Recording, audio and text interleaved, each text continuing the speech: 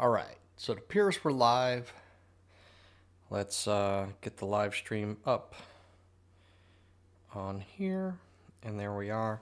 Usually takes a second for this to update, so just like last time, if I have volume issues, All right, so it appears we're live. Let's get the live stream up. Okay. On here, and there we are. Usually takes a second for this to update, so just like last time, if I have volume issues, Perfect. All right.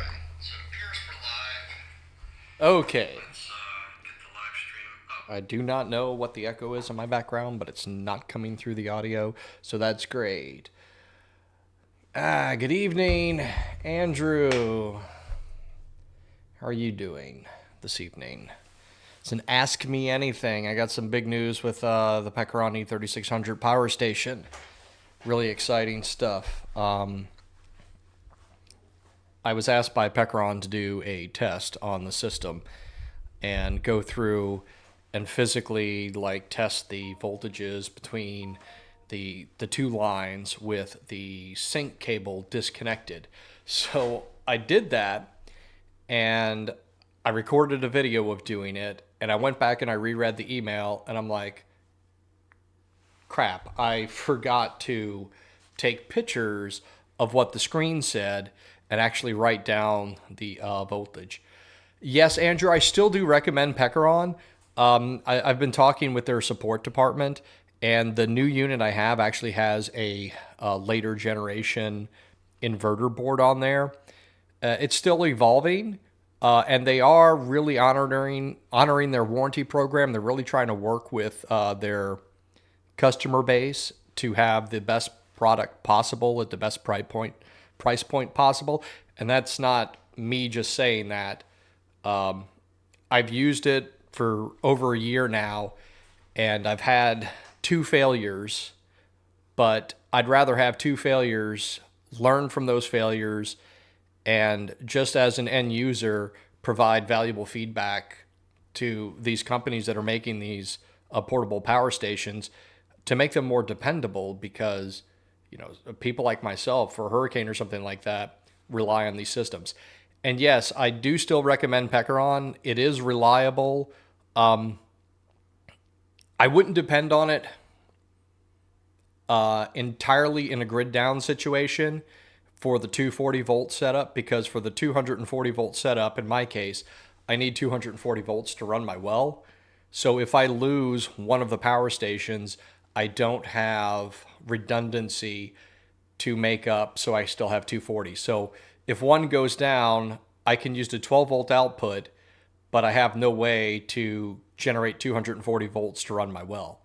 I'd have to swap out and use 120 volt well pump. So it would be nice. I'm really excited for them to come out with their next unit. I think it's going to be probably another 30 amp 240 setup, but it's going to be 240 in one unit. And I think the battery architecture for the EB3000s are going to move forward to their new power station, because it just makes sense. They have so many of those batteries in production. It doesn't make sense to change battery packs for each new power station they make. And we already know that the smaller ones take the 3 kilowatt hour battery. But I'm really excited if they come out with a larger unit. I'd love to get my hands on one and test it, because that is one of the weak points of having 2 power stations that both output 120, and you need that double voltage hub to get your 240 to run some of your critical appliances like your heat pumps or air conditioning or well pumps in my case. So yeah, I'm not an expert in portable power stations or anything. My primary background is marine engineering and facilities management. So I don't deal with little small things like this a lot, other than my radio stuff. Member of the Society of Broadcast Engineers. So I understand broadcast radio, understand how grounding, bonding, and radio works. I understand how big diesel engines work. I understand how shipboard generators work. But in these little smaller systems, I'm not an expert. I'm trying to get up to speed and learn as much as I can about how these units actually work. If money wasn't a factor, I definitely buy these units and take them apart and see what makes them work.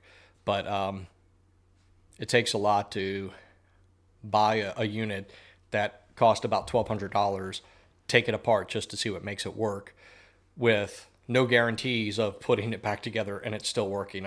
I've had a history of taking things apart and then they not work when I put them back together, especially when I was a kid. So I do have a video coming out tomorrow that outlines the unexpected test results. So the way the YouTube algorithm works, if I upload 2 videos at the same time, they basically compete against each other, and both of them actually have fewer views. So I wish I could just like output everything today. I'm like, hey, here it is. It's great. And I still don't have the editing skills down to take those 2 videos and merge them together. Trying to do some online web-based training on how to do video editing. I have some basic software, and if you guys saw the computer that everything's running on right now, it's literally like a puck about that big that I got on Amazon for I think $179, because my laptop, my older laptop, doesn't have Windows 11, so I can't run like the latest OBS software for the streaming. And this actually had like a solid state hard drive. It wasn't a bad deal for $179. Anyway, let's see. Yeah, the lack of AC charging while using 240, in the real world, where are you going to get the power from to charge it if you're using it as your primary power source? I guess that's the rationale behind that. But the solar input does work, and I did discover that you could input solar into one unit and through the bonding cable. So it's just a positive and negative 48 volt DC plug that goes from one unit to the other unit. And if you input solar into one unit, it actually charges both units. So I don't know if end users are actually aware of that. Right now, the editor that I'm using, I have CapCut, and I haven't done any production with CapCut yet.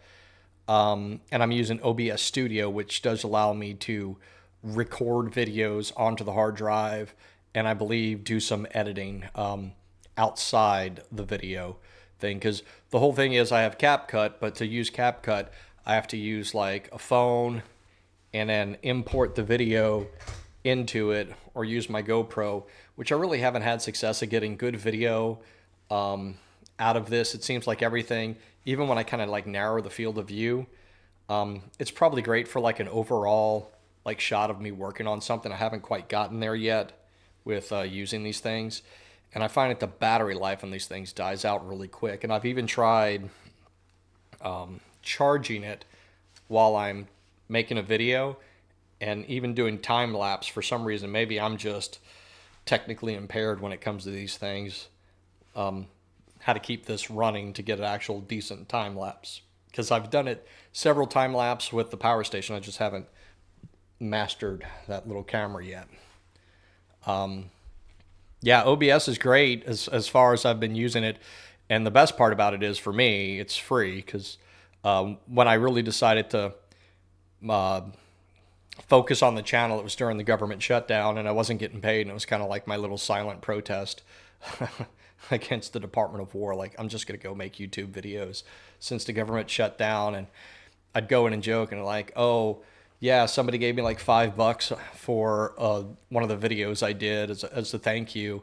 And I'm like, look at this. I made more on YouTube than I did working for the government for 3 weeks for the shutdown. So that was kind of an inside joke between me and some of my coworkers.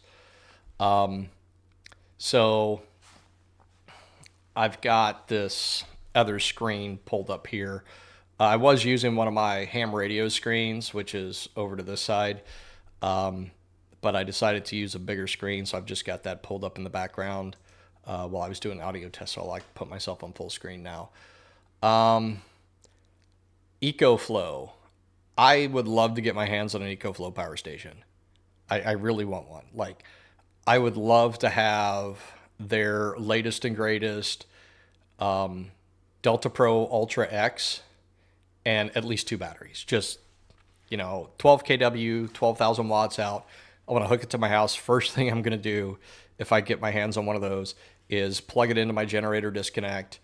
I'll probably have to put in a 50 amp disconnect just so I can get the full output power at 12,000 watts. But hook it into a 50 amp disconnect, go out there and tell my air conditioner to start. If it starts it, I'm going to be like super, super excited. But let's see. So, yeah, the 60 amp 48 volt charger. I've got a 30 amp charger, the golf cart charger. And yes, it is too high. However, it kind of just outpaces it. So the golf cart charger, yes, it's a higher state of charge. But you're never going to charge it completely full with that. It's only to make up the difference in charging. So in an emergency situation, one of my videos I showed how I hooked it up. I cut the bonding cable, I put new connectors on it, and bolted everything together through bus bars. And I don't want to depend on that for charging unsupervised, if that makes sense, because I know it's above what the normal voltage is. A lot of the other chargers I've seen for 48 volt batteries, most of them you get online, they're affordable or for golf cart batteries. But yeah, the EcoFlow 60 amp 48 volt charger, $250, that's probably a decent price point. Yeah, I looked at the ChargeVerter too. Yeah, some of these power stations don't like dirty power. They don't like being charged from a generator. My big generator I have, Teslas are notorious for not wanting to take a charge from a generator. And that's how I figured out that my Troy-built generator I have that has 8,500 watt out peak, 6250 continuous. That's how I figured out that it had actually low total harmonic distortion. I think it was like 2.5% under load. And that actually, if you used a bonding plug, so you bond your ground and neutral and you plug that in, I gesture and the camera zooms in on me. But anyway, I do know that would charge a Tesla, so it also works. Let's see. Turn that on and go back to normal tracking because I don't know why. This little AI-enabled camera, if I do hand gestures, it'll zoom in. So I haven't learned what the hand gestures are. Probably should read the manual. Let's see. Yeah, so a little bit of news.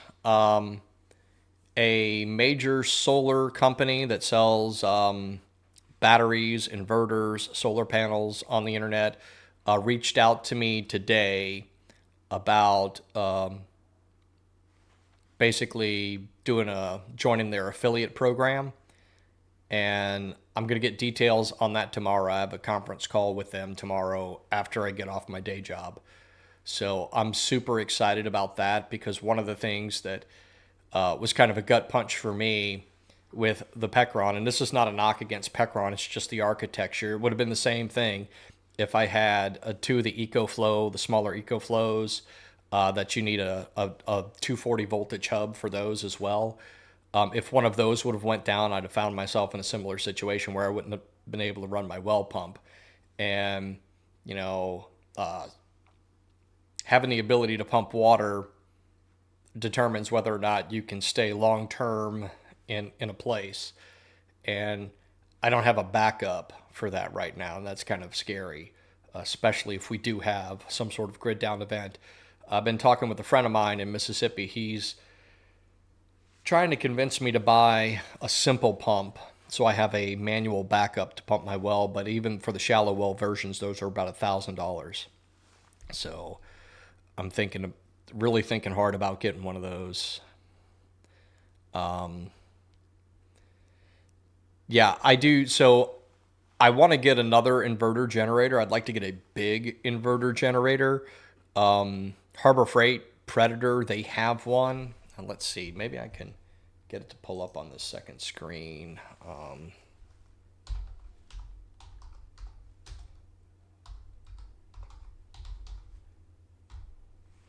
Excuse me while I type.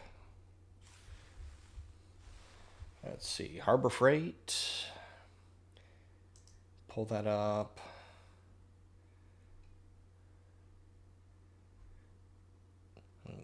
Go to their website. I'll get that pulled up here in a second, and then we'll go to generators.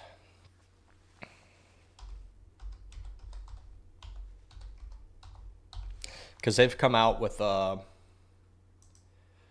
much larger generator. Let's see, battery tool. There we are. Generators. Boom. So many ads on their page. All right, home and emergency backup. And where is it? It's their 9,500 watt. Okay, let's pull this one up.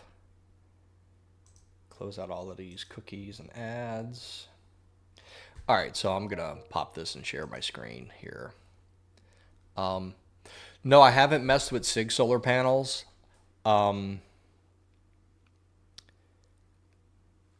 I've heard that they are more tolerant to shade. I think that's just the way that they're wired. But in reality, if you're doing any type of large scale solar setup, you need to have clear sky. Even the shadow of my Starlink going across my solar panels like cuts the production down by like 1,000 watts during the day. Let's see, I'm getting messages on my phone. Okay. Just making sure there's not a problem with the feed.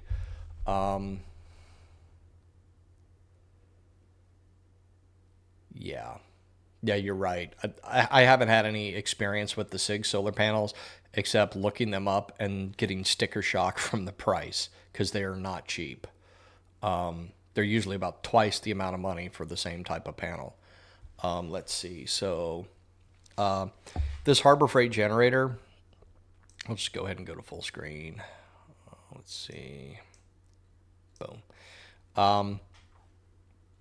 The thing I like about this, I've seen a couple of people test it so far, but it's a tri-fuel generator. So it'll run gasoline, propane, or natural gas. And if it can run on propane or natural gas, particularly natural gas, you can have a methane biogas digester, and provided you do some filtration to get some of the other ammonias and stuff out of there, theoretically you could run this generator on methane biogas. But they've got a decent price for a tri-fuel generator, and it's an inverter generator. So that's a pretty big generator. I was initially looking at getting a 9,500 watt generator, but I already have a 8,500 watt generator, and I couldn't really justify the expense of getting that.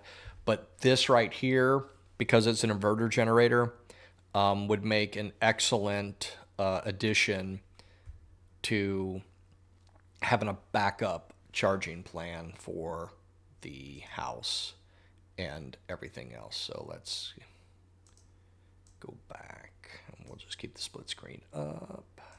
There we go. So yeah, that's I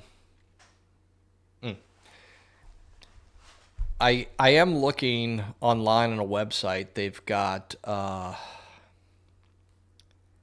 these inverter chargers, and they're off grid, but they have input for grid supplied power, so you can pass through power up to 9,000 watts, but the inverter itself only puts out 6,000. And two of those is 12,000, and you can parallel up an incredible number of these inverters, like more inverters than I'd ever want to try to wire together in parallel. Yes, I'm in a ham radio, Andrew. Let's see. Go over here and over here, I'll let the camera follow me over here and turn the mic and then yell into it. So I have an HF radio right here, and then VHF radio. I have a CB radio over here, and then I have the 2 power supplies. When I was off grid for a month, I know people complain about the Pecaron portable power stations having noise in them.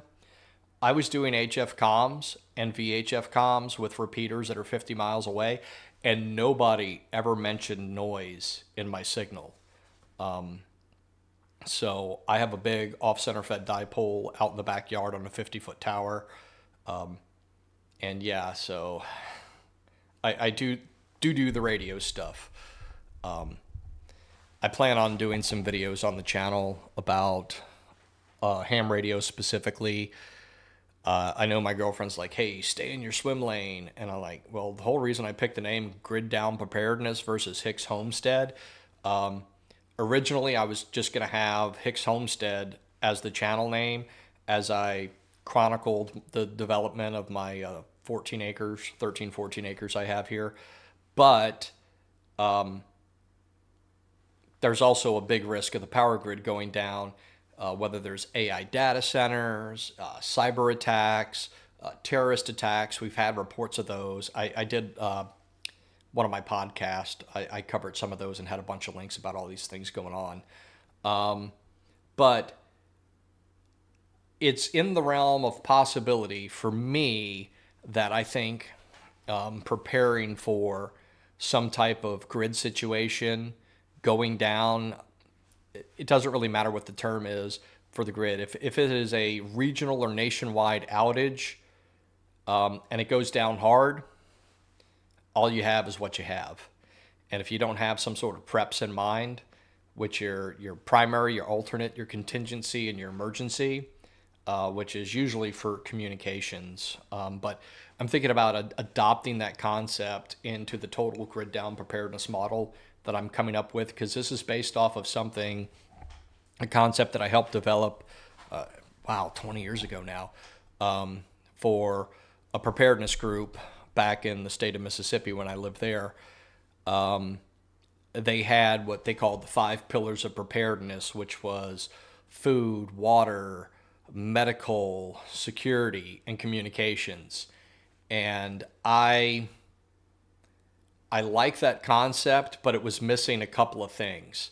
One of the big things that it was missing was shelter, because depending on your environment, if you're in the middle of the desert, well, shelter may be more important than water, because if you're out in the desert under a beating sun, you're going to lose more water in that arid environment, especially if you're having a sweat under the sun. So shelter is really important in that environment. Conversely, if you're in somewhere like Alaska and it's -40 outside, you don't need to worry about water because all your water's frozen, but you do need some shelter to go in and stay warm and conserve body heat, because you won't last 3 days in that environment. So I found it really important to add shelter to that. And then on the other side, I was thinking, well, you have all of this preparedness stuff. So you've got your shelter, your food, your water, your medical, your communications, your security. You have all of those boxes checked. But what's the point if you don't have hope? So I added the 7th pillar, which it started out as hope, and I said, well, let's just call it faith. Faith in your ability to survive, faith in a higher power, however you want to categorize it.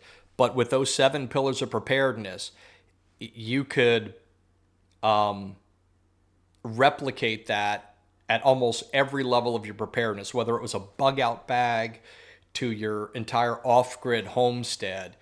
And taking that model that I helped develop 20 years ago and bring in the PACE model for radio communications into it, getting back to power stations and talking about that. So let's talk about how your house is powered.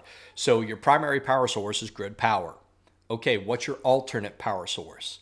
For most people, that's going to be either a portable generator, a backup generator, one of these portable power stations. Okay, so you have your primary and your alternate. What's your contingent power supply? So if your grid fails, if your generator or portable power station fail, what's your contingent supply of power? And then, of course, emergency, you're getting down to hand crank flashlights and hand crank chargers to try to keep wireless devices and everything powered. One of the videos I did, because I did have this failure with my portable power station, the first one had this inverter failure. And I got to thinking really hard, like if I really needed to get power out of this thing, what on earth am I going to do to get electricity? Like to do something as simple as charge the phone, other than plugging it into my truck and killing the battery or using gasoline in the truck, like how am I going to get AC power for the things that I have that need AC? My Starlink needs AC. During Hurricane Helene, when we lost power here in Brantley County in Georgia where I live, 97% of the county lost power and it was down for a week. And connected to that power grid is all the cell phone towers. So none of the cell phone towers worked. I know I saw a comment earlier about Starlink. Yes, so I do have a video on the channel about Starlink, and Wi-Fi calling on your phone works through Starlink. So one of the things I was able to do with my first portable power station is while everybody else's power was out, I still had the ability to run some lights in my house. I was powering a refrigerator, a deep freezer, and I moved my whole Starlink setup and I plugged everything into the portable power station. And at that time, I didn't have any, not generators, but I didn't have any solar set up to charge it. So my primary charging solution was using a gasoline inverter generator to charge the portable power station. But when I had that failure earlier this year on the first unit, I was like, okay, what is my contingency? I've lost the ability to have AC power. So, excuse me for a second, I'm going to bend down here and it's going to make some noise. So, I have a few of these APC backup power stations that are predominantly used for computers and stuff like that. And I got to thinking, hey, this thing has a 12-volt battery in it. And if it has a 12-volt battery, that means if I supply a 12-volt power source to it, I should be able to get AC power out of here. And it turns out I'm right. If I turn on the button and I get AC power out of the outlets that are connected to the battery on it. So the drawback to this is for this unit here, the actual AC output capability on the battery is only 255 watts. And I'll tell you from experience, these are not really designed to power anything continuously long term. They're meant to run a computer and have an orderly shutdown so you don't lose your work. That's usually what they're intended for. I actually have all of my computers here on a 950 VA APC because I got tired of my Starlink tripping offline every time I would go from grid power to Starlink and back. So I got a new battery and put one of these in line. And some of these, the batteries are easier to replace than others.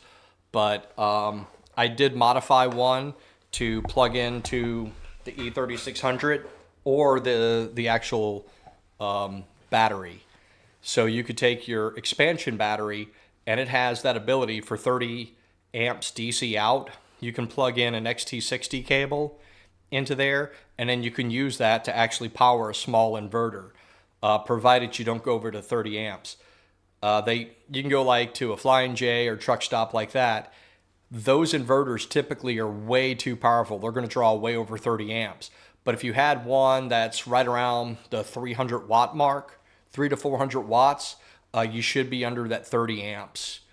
So you could use that as an alternate AC output if you did lose your AC in your portable power station. That's what I tested out.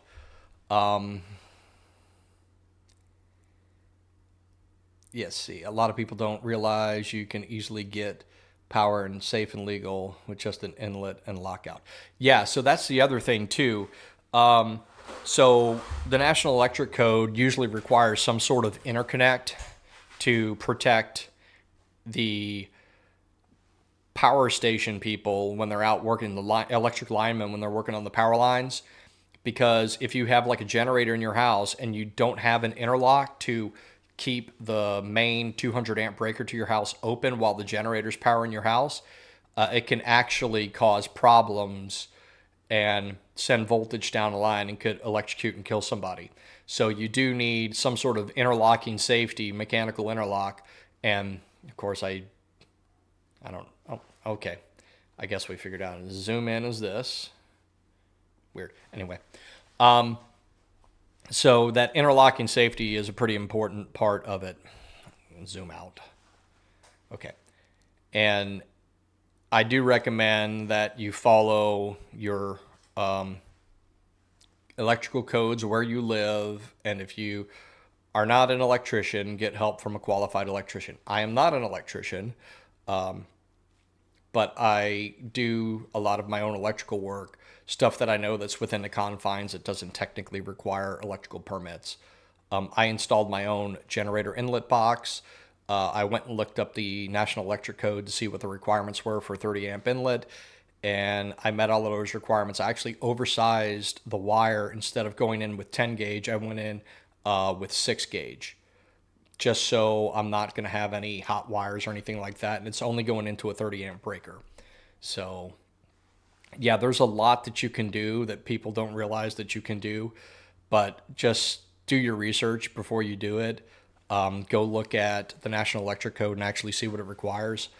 And it's changing. That's the weird thing. So something you may do this year, 5 years from now when they update the code books, that may actually change.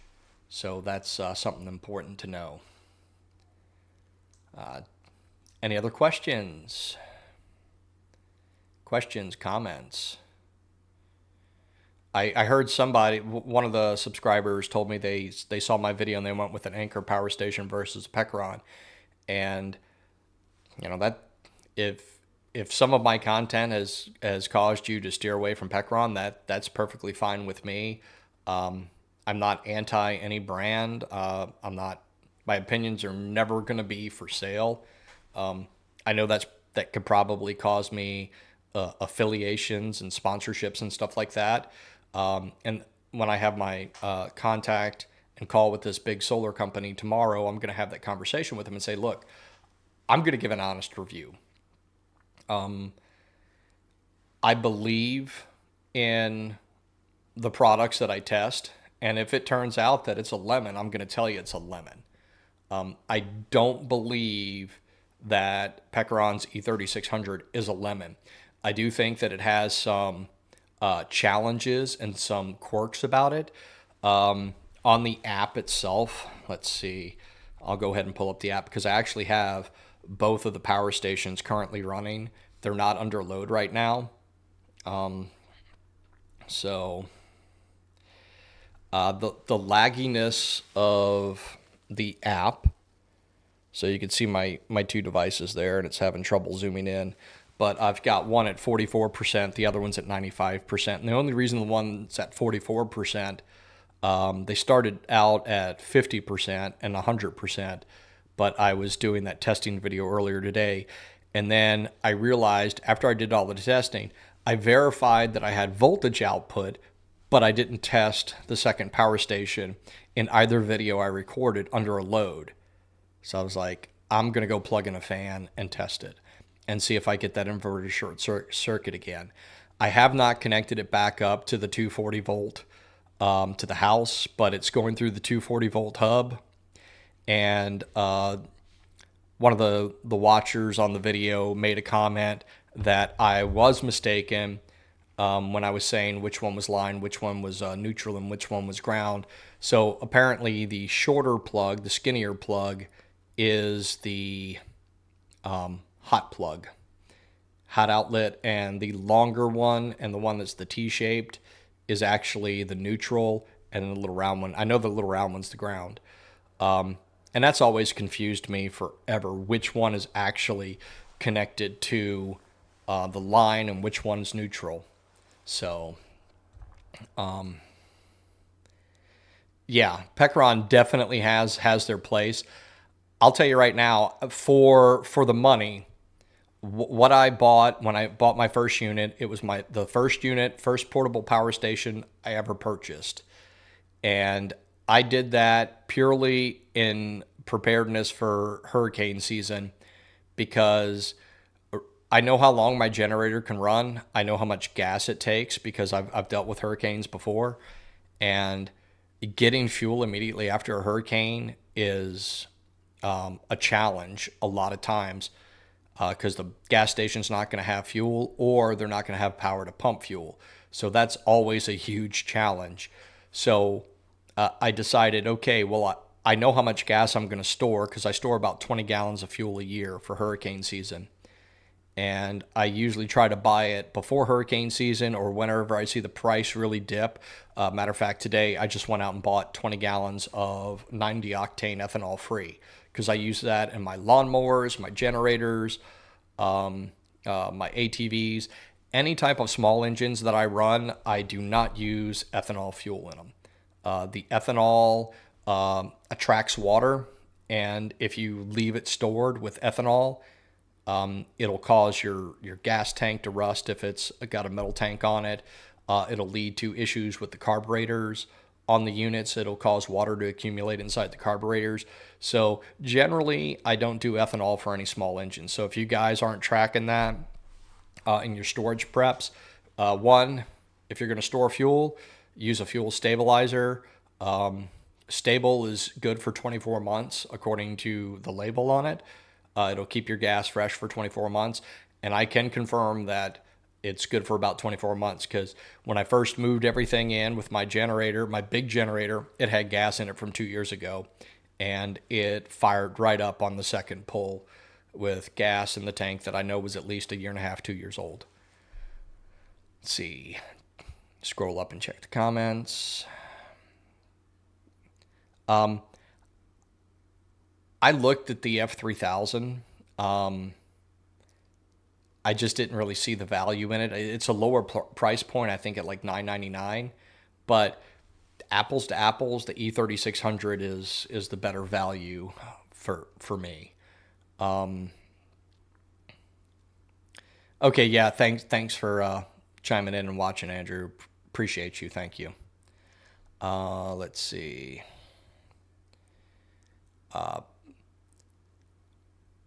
Just purchased the Opus Guardian 6000, waiting on it to be delivered. So I'm not familiar. I've heard of that power station before. Let's see. Scroll over here. I'll pop open a new tab. And maybe it's Opus or whatever. Let's see. OP.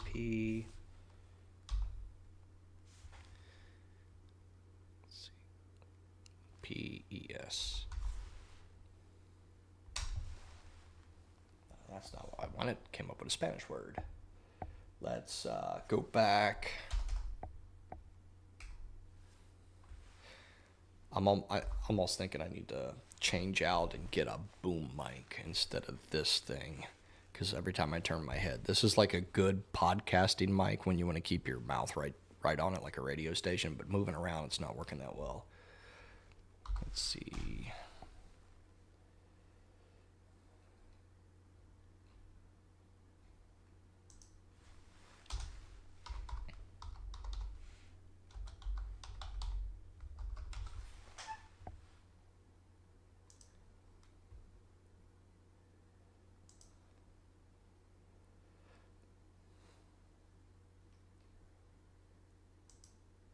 Okay, they got a Cyber Monday sale. Still going on. Let's split the screen here. So they have a good sale going, 58% off. Encore December 3rd and 4th. So today and tomorrow they got a sale. Let's see what they got here. So they got a 5 + 1 year warranty. Not bad, not bad.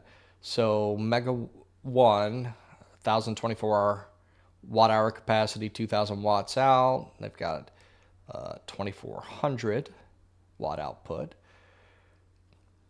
See, don't they have a bigger power station? There's a 4,000 watt out. The Mega 5. Okay, let's take a look at that, because that's I haven't seen that one before.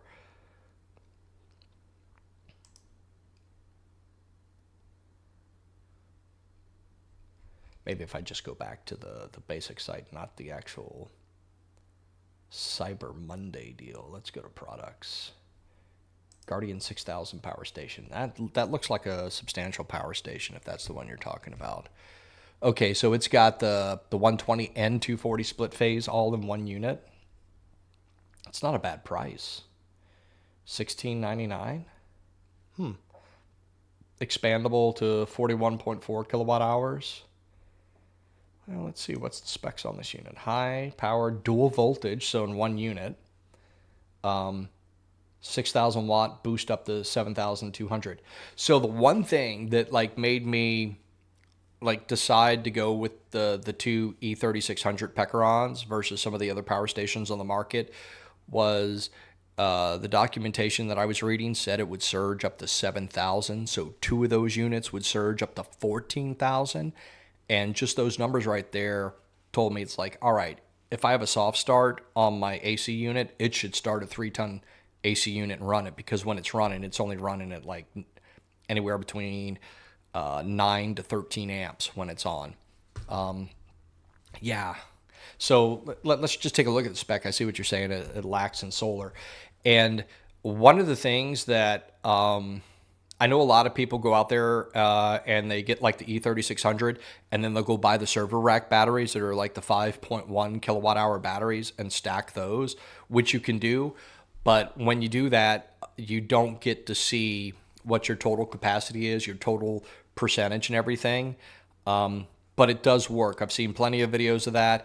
And even on my own unit using that bonding cable, it doesn't care as long as voltage is going back and forth and it's within the same tolerances. It's not exceeding the voltage or the voltage is too low. If it's within that threshold, usually about 0.1, 0.2 volts apart, you can plug them together and they'll work just fine. This unit here will charge 240 at 3,600 watts, recharges in 84 minutes. It'll do 120 volts, 1,800 watt input. And then you can also do 120 volt input plus 2,100 watts of solar.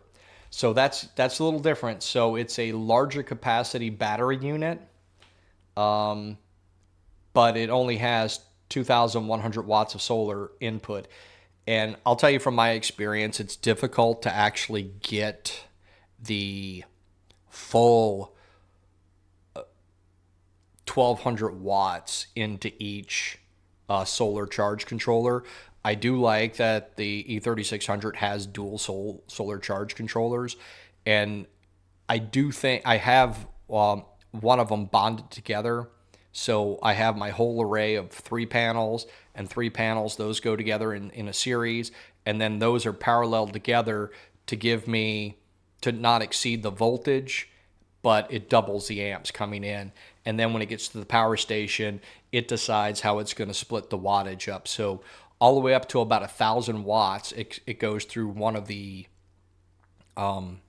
charge controllers, and then usually 900 to 1,000, it'll start unloading some of that power to the second charge controller. If you haven't set it up that way, I do think that having the independent inputs is more efficient, though, because if you have, in my case, since I have those parallel together, when shadow goes across the any of the panels, it drops the output down on the whole array, both sides. So if I had those arrays separate into their own lines, coming into the power string would be compromised. So let's see. So 20 millisecond backup. That's good. Long-lasting EV grade LFP battery. 80% capacity after 4,000 cycles. Yeah, I don't think this is a bad deal at all. I'm not sure how you're going to get 41.4 kilowatt hours of storage into that unit if it only takes in 2,100 watts of solar. Yeah, I'm excited about the F5000 from Pecaron. But at the same time, when they're pushing out some sort of new product like that, I know they've upgraded the inverter because that's what they told me in the email. And that's actually in the latest video I post. I actually just copy and paste it right out of my email what they said. Because the end goal of that is to help somebody else if they have that problem. I am completely perplexed why the unit started working without any type of reset. I did the first test. It still said inverter failure. Second test, it started working, and that video is coming out tomorrow. I just don't understand what I did or what happened inside that unit, because the last time that had a failure was a board failure. I'm not entirely sure that the problem is solved. I did have some weird readings on my multimeter, but it just seems kind of interesting that I don't really like having to deal with that 240 voltage hub, and I think Pecaron thinks there may be an issue of wiring inside that inverter box, but I don't know unless it's like a loose terminal. I've seen some funky voltages at work. Actually had a breaker catch on fire because when the electricians were installing this breaker, they stripped out the Allen screw on it, and the wire was actually too small for the breaker that they were using, but they just used it anyway because it was for a lighting circuit, and all the lighting was LED. Oh, I lost audio. Okay, I don't know why I lost audio. Let's see. Did I mute myself? Uh-oh. Mic audio, it's still showing I'm online. Okay. Let me pull up my phone, excuse me for a second. That's weird because I wasn't really messing with anything to lose audio. I'm still new to this whole podcasting thing as well. Let's see. Let me pull up my phone, excuse me for a second. All right, I still got audio. That's weird because I wasn't really messing with anything to lose audio. All right, so I still have audio. Okay, so audio hasn't gone away. But thanks for letting me look in there. Yeah, as far as the comment about Pecaron, updating their inverters. So they did update their inverter in the email that I got. Let's see, I'll pull it up over here. Let's see. This one. Why is that pulled up? Oh, that's because I was looking at those panels. How do I not have an email pulled up? Okay, let's pull up my email here. And of course I'm streaming and now everything wants to be slow. Don't ask Google about the page. Let's go to my email. I do not need Grok on.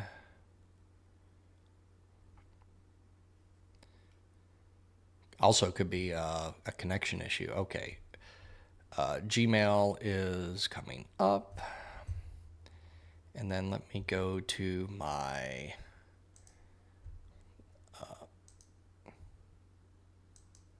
wow, it is laggy. And I hope you guys aren't getting a lag on your end. Let's see. Okay. See if I can figure out what they said.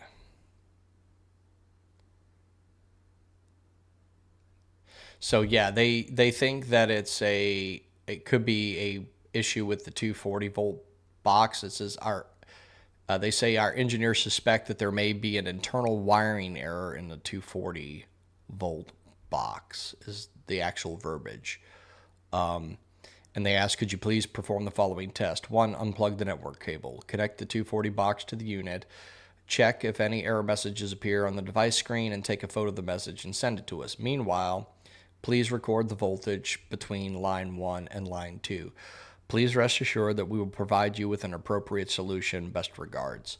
So I did that test. I made the 2 videos. I sent Pekron both videos because doing a going through and trying to document everything with photos seems to be a bit of a pain, especially when you're trying to get a point across, because they say a picture's worth 1,000 words, but I guess a video's worth a book because you can talk while you do stuff. And while I was doing all of the testing, I was calling out the numbers I was seeing, and I did see a voltage drift without the sync cable in. So understanding that you have a sinusoidal wave, as that wave peaks and goes back down, you get to a point where you're at the maximum voltage, which is 240. So that's, your big peak voltage, and then it goes down to 0, and it cycles through 0 to 240 60 times a second. That's how you get your 60 hertz. And if you get out of sync, so you're 120, those kind of get out of sync, you can get to where those waves are canceling each other out and your voltage drops. So I was seeing the voltage continually drop, which told me that the inverters are slightly out of 60 hertz. And I've noticed this with those power stations, is the actual hertz on there, especially on my first unit, stayed at 0.9 hertz the whole time. It was never a true 60. And as a result, I had to reset the clock in my RV every couple of days because it would run slow. And it seems that the new unit as well is like right at 59.9 volts. That 0.9 actually, or cycles, actually makes a difference in your clock speed. Let's see. Got it. Okay. Any other questions? Still got 3 people watching, and one of them is not me, so I don't think one of them's me. Any other questions? Portable power stations, comments, safe rounds, alibis? So, probably going to wrap this up here in a few minutes. It's getting late and I have to get up at 4 in the morning for work, so probably a bad idea to be drinking unsweet tea at almost 9 o'clock at night.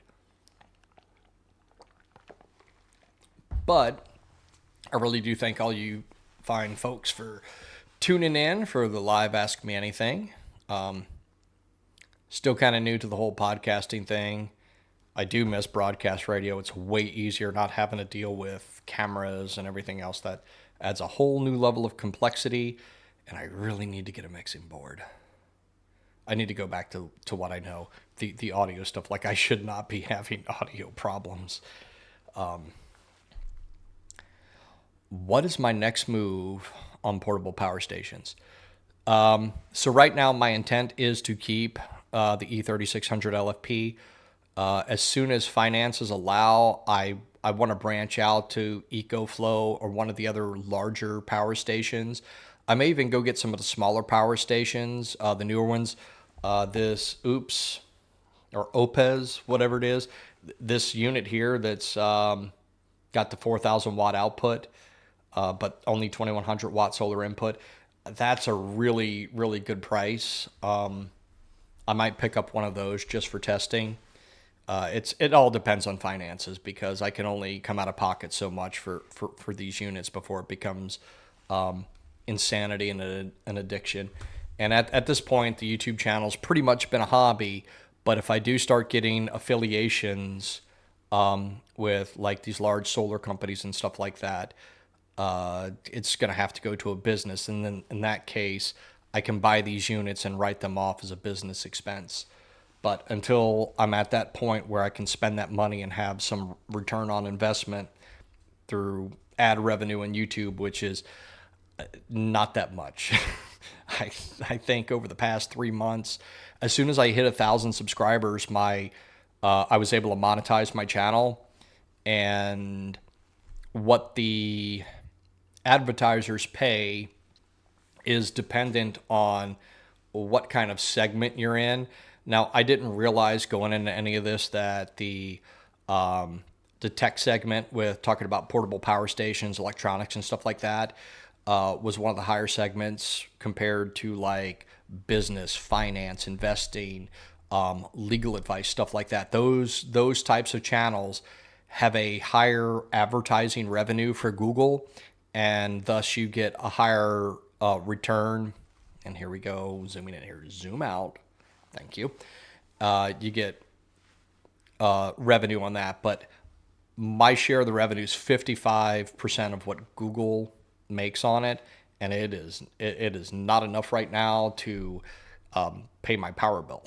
So, and my power bill is cheap. So yeah, I want to grow the channel. I think it's inevitable now that it's monetized, that I'm going to take it to a business next year, get a business license, and move forward with that, because I enjoy tinkering and testing with things, and it just gives me an outlet to try to help somebody else not fall into the same traps as I do, because I'm not without fault. I'm going to make mistakes, with my solar panels and stuff like that. I will give one piece of advice. If you're going to order solar panels for any of these portable power stations, my personal opinion, stay away from the foldable solar panels, the flexible solar panels, the small solar panels. Like, you can go on Amazon.com and you can see a 100-watt panel for $100. Don't buy those. It's a waste of money. The panels I bought 400-watt Hyperion panels, 400-watt bifacial panels for $100 a panel. I can't buy a 100-watt solar panel, a solid rigid solar panel on Amazon for the same price. Go through a reputable solar company and buy your panels. And I read some reviews online, and when I went to one of the sites, it said, hey, look, if you're going to order panels, make sure you order more than you need. And I did not buy a full pallet of panels, because at the time I looked and I said, all right, well, I need 12 panels. So that gives me 3 panels on each solar input. I'm not going to go over the voltages. I'm not going to go over the amps. And that's 4 strings to 4 charge controllers. That was my original concept. So I ordered 15 panels. Out of those panels, 4 of the panels that came, because they were shipped on a pallet, and they were kind of just, they were wrapped in cardboard, and then they were banded together with just cardboard. And 4 out of the 15 panels had shipping damage. 3 of the panels had where the forks had impacted the panels and actually broke the glass on the panel, so they're not usable in any way.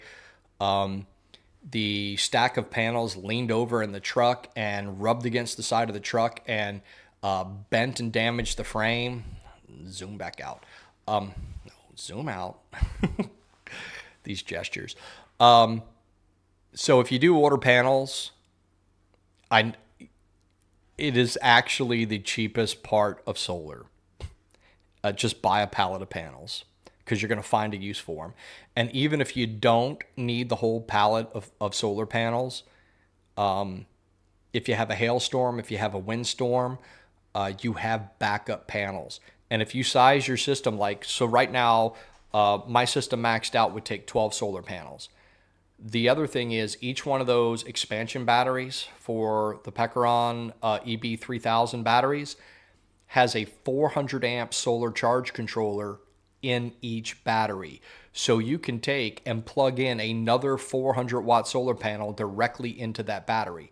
So now you have 1,600 extra watts of solar you can feed into that power station, which I don't know if any of these other ones on the market have that.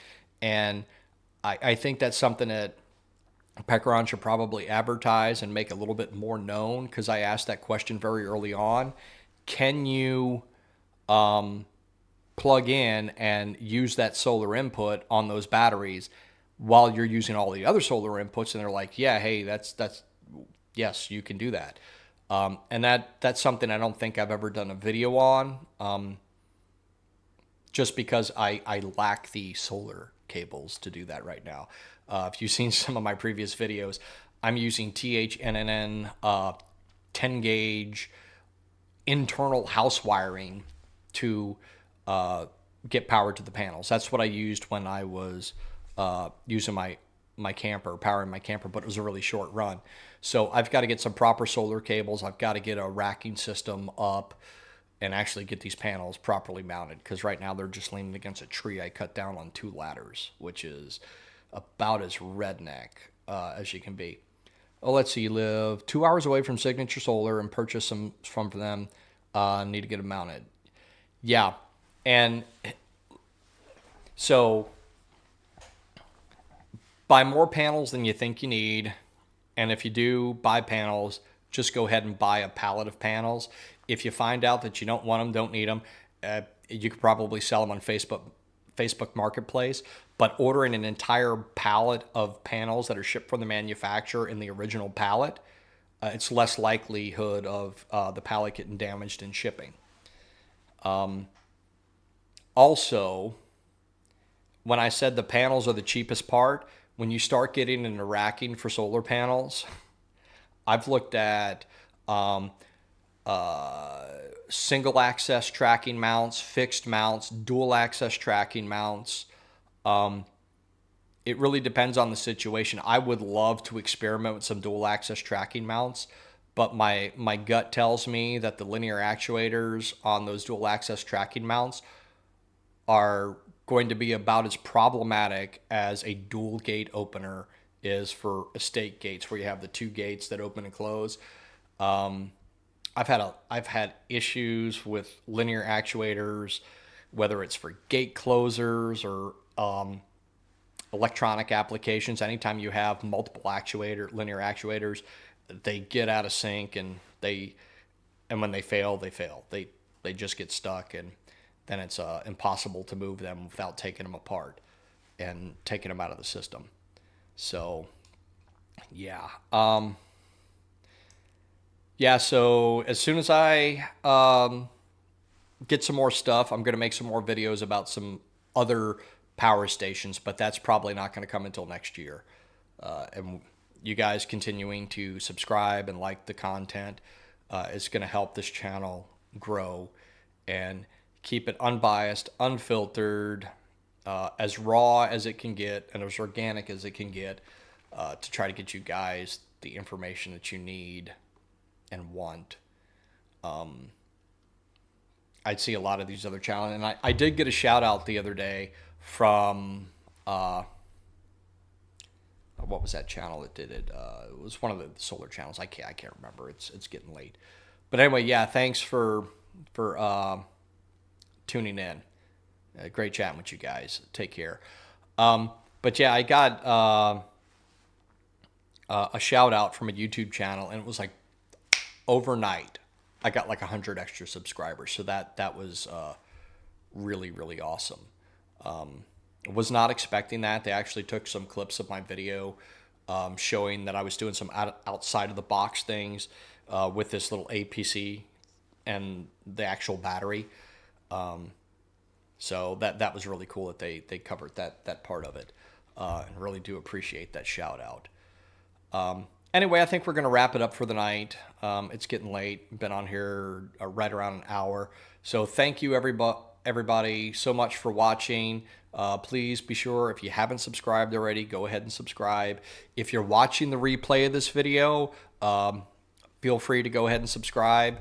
Also, if you're looking at my content and you go down in the description, I'm going to have a link for the join the channel as well. So once you subscribe, you can click that join button and join the channel. And I have 2 levels, and I'm going to start making my videos go live there first. So you guys will have first access, especially when I start testing some of these newer power stations. You'll be the first to see it if you join the channel, and then it'll be public a couple of days later. But anyway, thank you everybody for watching. Y'all have a wonderful night. If you guys enjoy this live stream, please leave some feedback and let me know. And we may make this a weekly thing. So thank you everybody for watching. Y'all have a